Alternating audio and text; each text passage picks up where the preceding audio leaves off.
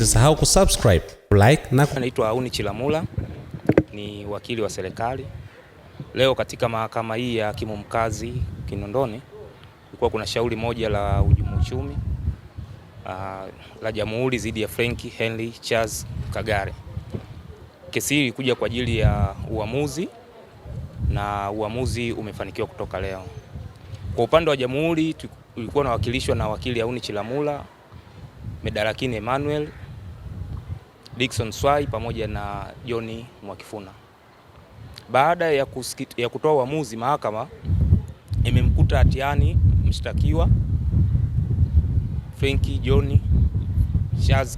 Frank Henry Charles Kagare kwa makosa manne.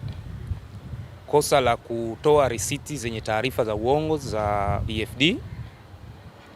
Kosa la pili la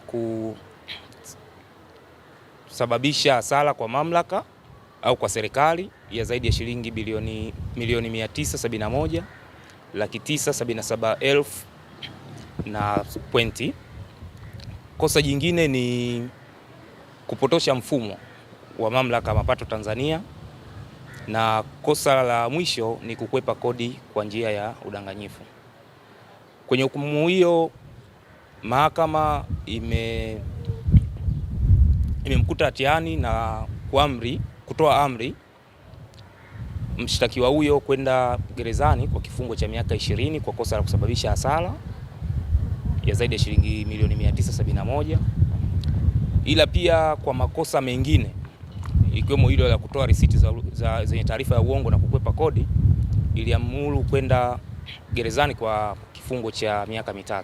Nipende kuwakumbusha wananchi kufuata sheria, ikiwemo kutoa risiti zenye taarifa sahihi, kwa maana kutouza risiti, na pia kutumia risiti zenye taarifa sahihi, ina maana kutonunua risiti za EFD.